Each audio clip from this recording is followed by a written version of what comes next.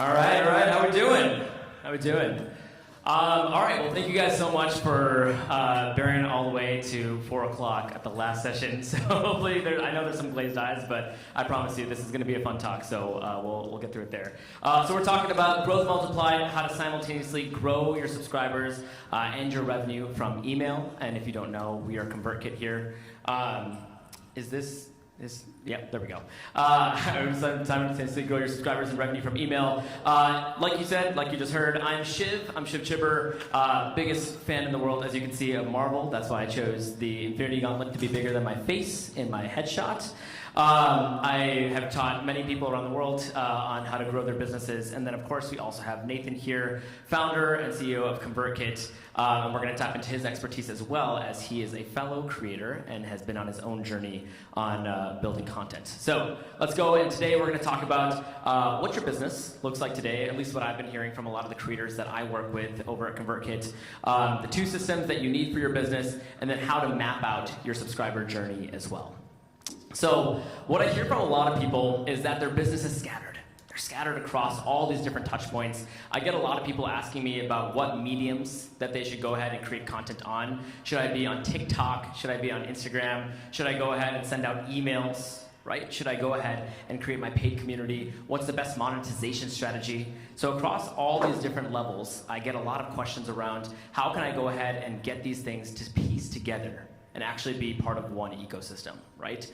And the answer there to me is it's all about personalization. It's all about personalization. One of the most interesting things to me is that the funnel to me, the idea of a marketing funnel, by definition, is extremely rigid. It's extremely rigid and it's extremely one-sided, right?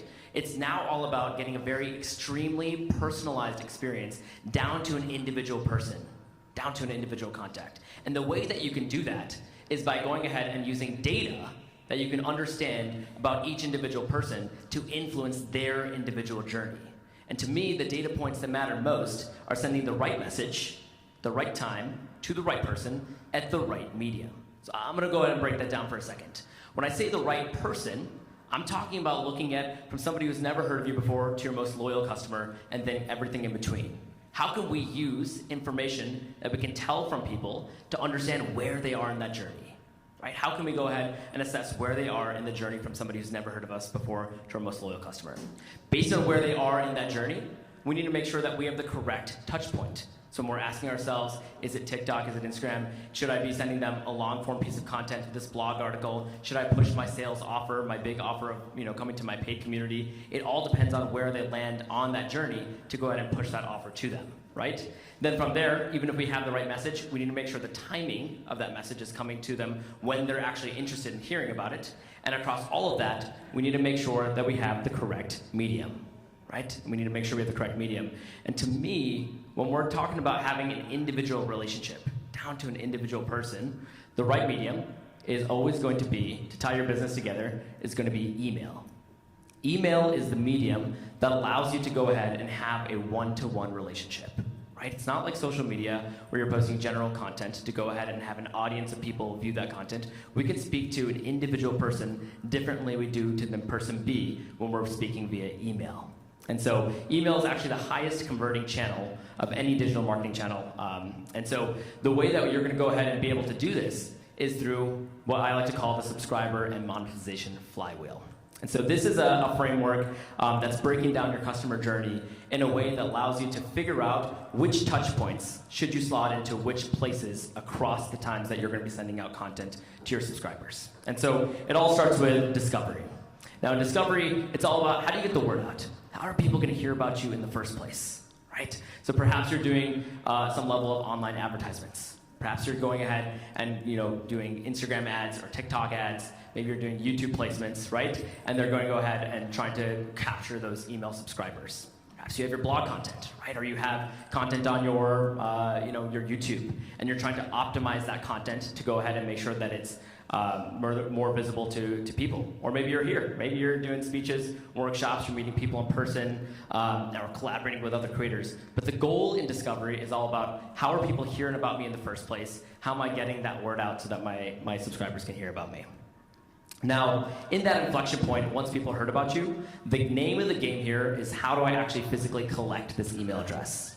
Now, the way that you're going to go ahead and do this is by building a landing page. What you're going to do this is by building different offers, different content offers that are in exchange when somebody goes ahead and comes here. We're going to give them some kind of value in exchange for that email address. And so here, for an example, we have at ConvertKit, we do webinars every week. And so if you want to register for the next one, we have one right here. But we do webinars every week as part of our lead magnets that capture email addresses and names that we can then go ahead and nurture those subscribers there. And so it's all about, based on what content you're putting out at those different areas, how are you going to go ahead and collect those email addresses? Now, in the nurturing stage, once you've actually established that relationship, right? Once you actually collected that email subscriber, then we're all about talking about how can we get this mutual exchange of information, a mutual exchange of information.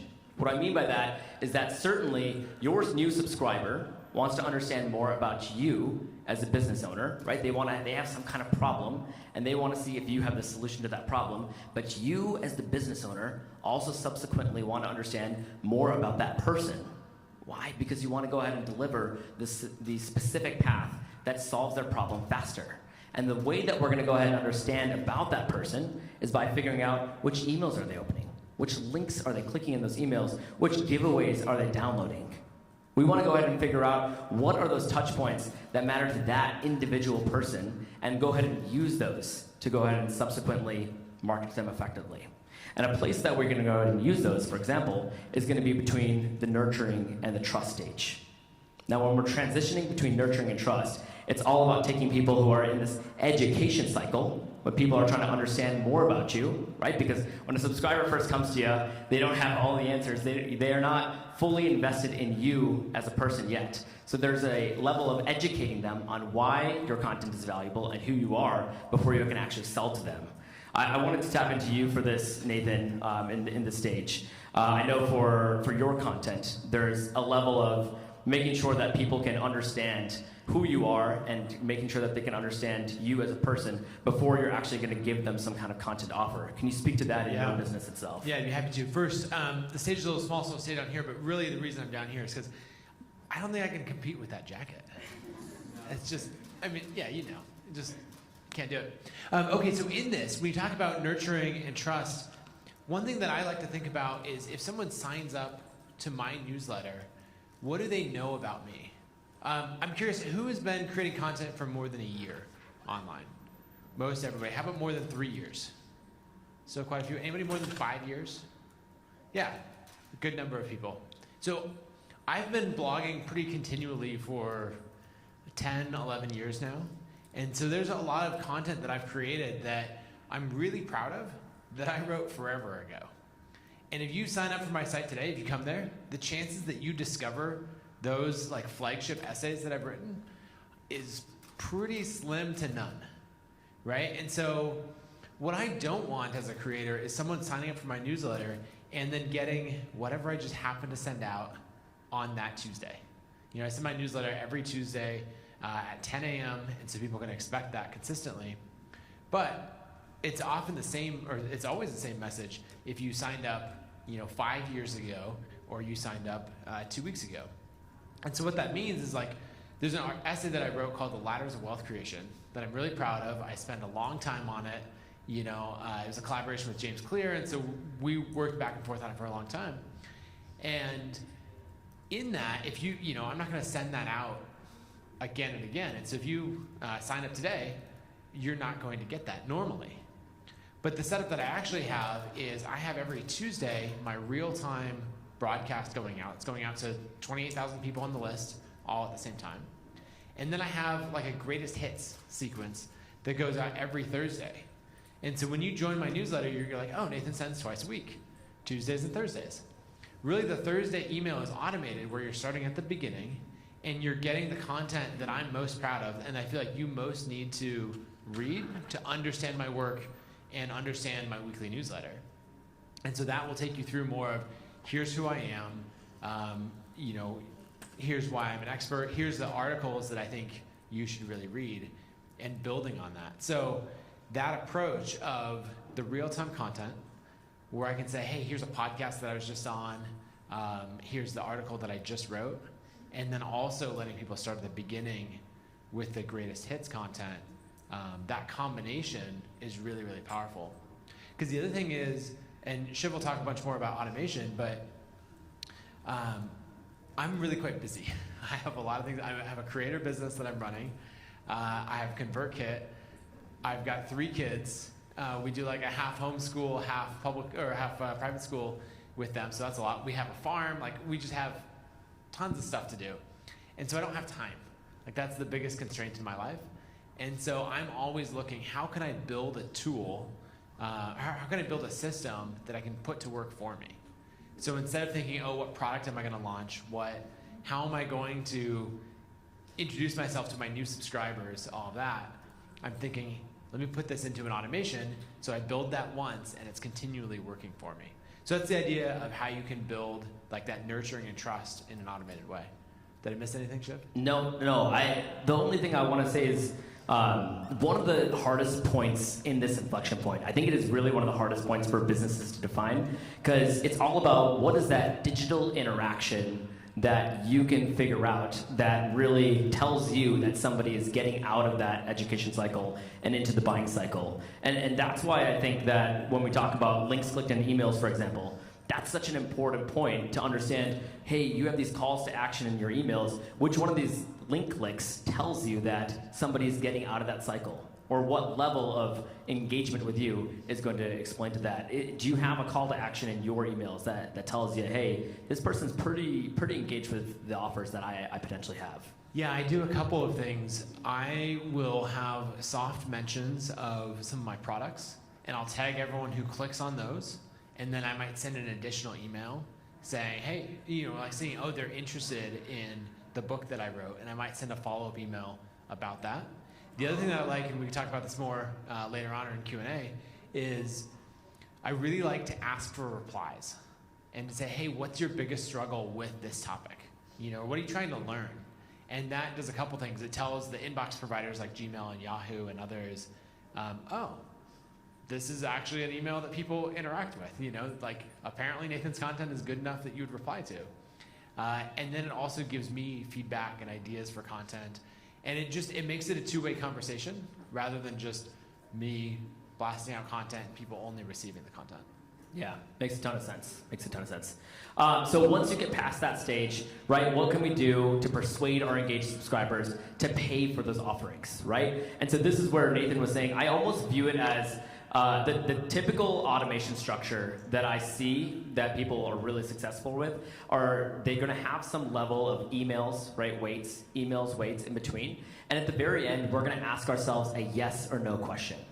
We're going to ask ourselves a yes or no question. We're going to say, did they or did they not accomplish the big call to action that we asked for in that specific stage? So for example, if I was in the nurturing stage, I would have maybe 3 email series, 4 email series, 5 email series automation. And it would say, hey, please go ahead and check out this awesome video or subscribe to this, maybe register for this webinar. Maybe my webinar is the free webinar I had to offer is my big call to action that I know will get people from education to buying cycle. I know that if they just watch this webinar, that's going to give them the information they know that I trust I can start to push my sales offers. Because before that, it's going to come across salesy. But after you trust me, it's going to come across as a very warm message, right? A very needed message. And so I can go ahead and say I have this 5 email series down nurturing. Let me go ahead and say email wait with the soft reminder and hope that you click on my call to action for my registration, right? To go ahead and register for the webinar. And only then will I get to trust, or then I take you out of that automation and I bring you to the next one. And the next one is going to go ahead and have the call to action of taking the offer that I'm putting on the table, right? So what is that big offer that you want for your business? Is it your coaching? Is it your one-to-one coaching? Is it your membership site, right? And so we're going to automate in the same way. So that's what you're going to do in the touch point, the trust inflection point, right? Between trust and strengthening. Whether that's a course, an event, a membership. But once we go to strengthening, right, that's all about taking, and something that's really interesting I find, that is a lot of people focus on these first 3 steps exclusively. A lot of people focus on, how do I find new people for my business? How do I nurture them to trust me? And then how do I sell them on my products and services, right? Especially if you have a non-reoccurring revenue product like a membership, if you have like a one-off product like a course. A lot of people will focus on those first 3 steps. But I find that it's the strength in your customers. It's always easier to sell an existing customer, somebody who's already paid for your services, on another offer that you have than it is to get a net new customer in your ecosystem. So where I really find that the money is in strength and in admiration, right? So strengthening is all about looking at what are those people who have actually engaged with your offers in the past. And it's going to take the same exact elements of nurturing. It's still looking at what links are they clicking on in those emails. It's still looking at what emails are they opening. It's still looking at what products and services are they purchasing. And let's build to each one of those pathways that people potentially have so that we can go ahead and automate to each one of those. Lastly, going from strengthening over to admiration, that touch point is all about figuring out how can we segment out the happiest of our customers? How can we figure out who loves us the absolute most? And how can we use those people in ways to shout on top of a mountaintop and let the world know that we're awesome, right? So over here, when we're talking about strengthening, we can talk about serving your customers, right? So we can use different form integrations to go ahead and send out a survey to say, hey, let's get some feedback and see how you liked the product or service that you had, right? Let's go ahead and prompt customers to reply like Nathan was saying that he does for his ecosystem. And let's go ahead and use those replies to fuel our understanding of how each customer engages with our products. And once we get there, then we can use those responses, we can use those elements in admiration for our reviews, our referrals, and our testimonials. So what I have here is, and the funny thing is in admiration, because we're using those people who are shouting top of a mountaintop for these reviews, for these referrals, these are people that are filtering right back into discovery. Right? That's why the wheel closes. That's why this is a flywheel. Because when people get over to admiration, then we're using all the content from there to only make it go faster. So that people funnel right back into discovery. The reason I find this to be a really important exercise and to map this out is because I fundamentally believe in the idea of process before software. Process before software. I can educate you all day on how to build these email templates and how to go ahead and build these automations, but software is only going to be as powerful as the process that you choose to build into it. Only be as powerful as the process you choose to build into it. So you need to think through what that process is going to look like for you to make it work for you, to make it strong for you. So what I have here is on the outer path, right? We have all those elements in the middle of how the customer journey works. Now this adds in the touch points of monetization. This adds in the touch points of monetization and where you can go ahead and slot those in so you're getting the right message at the right time, to the right person, right medium. So, for example, this is using some of the tools we have here at ConvertKit as well. So at the very top at Discovery, we have all those different lead magnets, the way that people are going in and actually coming in to subscribe to your offers, right? So depending on if you're making content on social media, depending on if you're making content on YouTube, making content for your podcast, we're either getting these different offers, different reasons why people would want to come onto your list. We're offering an ebook, we're offering some kind of free webinar, and we're going to go ahead and put those elements in our show notes for our podcast. We're going to put those elements, those landing pages, into our bio and descriptions for YouTube, and we're going to try to capture those leads, right? So that's one method of gaining those leads. The second one we have here is the Creator Network. It's a feature that we just recently released here at ConvertKit that is all about, or that we're soon to be releasing here at ConvertKit, that's all about going ahead and recommending other subscribers. And so when somebody goes and subscribes to somebody's newsletter, you'll get a recommendation list based on what that creator has said. Hey, I entrust also that you should subscribe to these 3 creators. Right? These are 3 creators that I love that I also recommend that you subscribe to. And we're seeing a lot of growth from people by using that tool as well. So you can use these tools to grow your list. When people come in, then they come onto your free newsletter. And when they do that, we want to establish that trust at the beginning, right? We want to bring them to that nurturing stage and make sure that they immediately understand why we're a great creator that they subscribe to. So we're going to send that greatest hits automation to Nathan's point, right? Then once we send that greatest hits automation, we're going to go ahead and then understand when they go to that call to action that brings them to a place that we say, okay, they're getting out of the education cycle and into a buying cycle. So we're going to bring them into the trust stage and start sending that sales-focused messaging that's all about trying to sell them on our big product offer. Once they go ahead and get there, we're going to go ahead and have our big call to action on what we want them to pay for. In this example, I used a paid newsletter, something that you can do through ConvertKit. And then we have a lot of creators that are also adding this other element that through our partner network, where they're taking those dollars that they're actually making from the paid newsletter, right? And they're reinvesting it into the partner network, which is an element that's going to go ahead and be a paid subscription so that you can go ahead and get more subscribers, right? So that it funnels back into your subscription model where you're actually gaining more subscribers by using that money. And it's only funneling, again, back into discovery, because once you complete that flywheel and you have more subscribers, eventually you can go ahead and do something like a newsletter sponsorship, right? And the more people that you have on your newsletter, the higher amount of revenue you can make from that newsletter sponsorship itself. So something that I suggest to everybody is creating some level of a map and some level of an idea for this.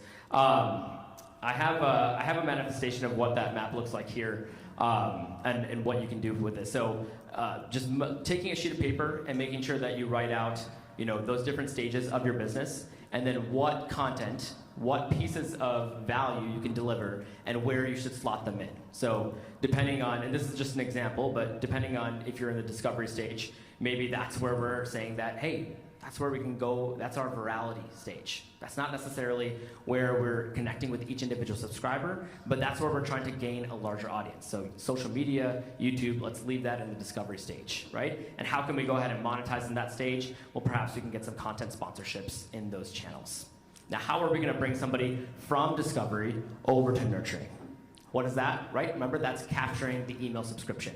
So we're going to go ahead and have that targeted lead magnet depending on where we are. In this example, I used downloading my ebook, right? So then you can go ahead and see, then we're transitioning to the next stage where we can write out what our automation is that we're going to send out. What is our big call to action in our emails? Again, it was to register for the course. And so now we can go ahead and say, let's go and big call to action in those automations is to register for the free mini course.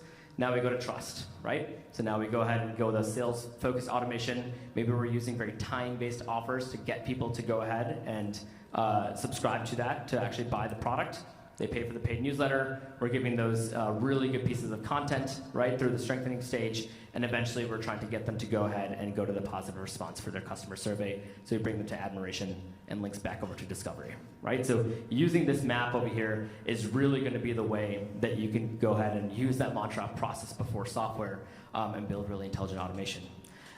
Since this was the last stage in the in the conference, I wanted to build plenty of time for Q&A, for people to ask questions here. So I do have an offer for you guys here, 30 days free of ConvertKit to build those landing pages, to build in those automations, and to build in those sequences. If you have any questions at all about ConvertKit, we're happy to take them. If you want to talk about your customer journey map and how that works, we're happy to talk about that as well. But yeah, we'd love to open the floor up for any questions people have.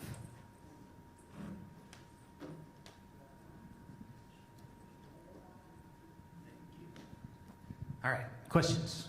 Hands up. I'm ready. Got the running arms going. No questions for these guys? Come on. There we go. It's getting it started. They can be Green Day and Marvel related too, remember. All right, who's your favorite Marvel superhero? Oh, I mean, it's got to be Iron Man, for sure. Easy. All right, an actual question. Well, not that that wasn't important. That was very important. So if you've got an automation sequence set up, but you're also sending out, like, let's say a weekly or bi-weekly email, do you send everyone that's in that automation sequence also those extra emails, or do you wait till they get to a certain stage in the sequence before you slot them into that? Super good question. Super good question. It's always important to be cognizant of over-emailing people, right? And we want to make sure that we're not annoying those people. And so that's why the suggestion that I have is when people are first subscribing and they're getting that greatest hits automation, they're not receiving the other newsletter, right? They're receiving the best content that you have to establish trust at the beginning. And then eventually when they're finishing that newsletter, we can then bring them into a segment. We can bring them into a place where we can see, hey, these are the people that are officially getting that newsletter subscription, right? The newsletters we're going to send out on a weekly basis, and they're no longer in this sequence over here. Yeah, great question.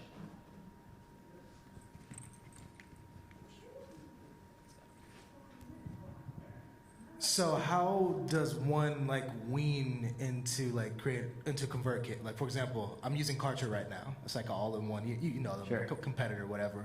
But like, what would be the recommended process for transitioning from a platform like Kartra to ConvertKit without like crashing and destroying, like Crashing and burning everything? What one already has. Yeah, a super good question. Short answer, we have a free migrations team that can also help bring over those contacts so that those are safe. But let me just ask you a follow-up question to that. In Kartra, is it mainly like a newsletter, like a monthly newsletter that you're sending out, or is there some level of automation? I'm not too familiar with the capabilities. It's basically an all-in-one aggregate, sales pages, marketing, email sequences, all of that. Yeah. In my experience, and Nathan, you can touch on this, but on my experience, I usually find that having both platforms ready to go. So like I would say like give it like a month lead time. Again, that's my experience of rebuilding out some of those sequences in there, and then bringing over the contacts. Most platforms will also give you. This is just something that I like to do when I'm moving over to a new ESP, email service provider. Most platforms will give you some level of an engagement score when you're bringing them over. So in ConvertKit, there's certainly elements that we can tell if somebody's engaged or disengaged. If you're moving over from like a MailChimp, I think they do like a number system, like a 1 through 5 in the CSV that you get. And so most platforms will give you something like that. When you're bringing it over, one of the things to really think about is in your first 30 days, it matters on making sure you're emailing your most engaged users, establishing that deliverability, right? Establishing that you're in a new home. And so just keeping that in mind, I think is one of the things to consider. But it should be fairly easy, I think, if you give yourself a monthly time to rebuild some of those sequences. You suggested asking for replies. Any advice on how to manage it if suddenly 300 emails come in? Come into your database. Yeah. Nathan actually had an example of this recently of a creator who does this in hopes of gaining new content ideas. And what they do is, so one, on just Gmail management, they have a separate label where they have all those emails funneled into if they're replied to. The second thing is, great problem to have if there's so many people that are going to be responding to you. I think it's all about just setting expectations up front. So I think it's all about saying that if you anticipate getting a ton of replies to your content, just make it known that, hey, not every question is going to be able to be got to, but then this creator specifically will go into individual questions that he found really, really interesting, respond to that individual person, and then use that as general content for their larger audience. Another question, if you want to do surveys to segment, at what stage in here do you try to do that, or you just do it periodically? I put the example that I put in here for the map had that in the stage going in between strengthening and admiration, specifically with the goal of finding your happiest customers. But I think that there's certainly an element of getting down and asking across most stages, hey, is this working or not working? I think it's much easier to ask that to somebody who has a higher level of intent with working with you, right? Because it's all about levels of intent in a customer journey. If you are earlier in the journey, then somebody has a much lower level of intent of working with you, and thus the questions you're able to ask them has to be a lower amount of questions and a lower, let's call it, intimacy of questions. But as you gain more and more trust with me, and you're willing to work harder with me, right, as you're in the strengthening phase, then we have a deeper connection, right? And I have the ability to ask you more questions, and I can go ahead and ask you more questions like, hey, do you actually enjoy my products and services? Is there a rule of thumb about frequency? When it comes to questioning? Not overdoing it. No, just sending out the email. I would say it really depends on your audience. In my opinion, I think marketing is a science. It's just a science of throwing something at a wall and seeing what sticks. And so I would say that if you want to test between doing like a weekly newsletter versus a monthly newsletter, right, and see which is getting better open rates, which are getting better click-through rates, and if you use that survey to see if people are getting annoyed, it's simply going to be dependent audience to audience. I know that's not exactly the answer you're looking for, but some truth. So first, does anyone know Pat Flynn? Or know his content? A few people? Yeah, so he has a really interesting survey question that he asks early in his, when you join his list. he just asks where you're at in your creator journey, because he's teaching business. And so he has 3 questions, and he says, like, I'm just getting started. And so he's asking, where are you in your creator journey? And the options are, I'm just getting started. I'm making some money, but it's less than $500 a month. Or I'm making more than $500 a month. And he asks that in one of his first emails. And then what he does in ConvertKit is he sends people down different paths depending on the level that they're at. Someone's just getting started, he's like, okay, let's talk web hosting. Let's talk writing your first post, all of that.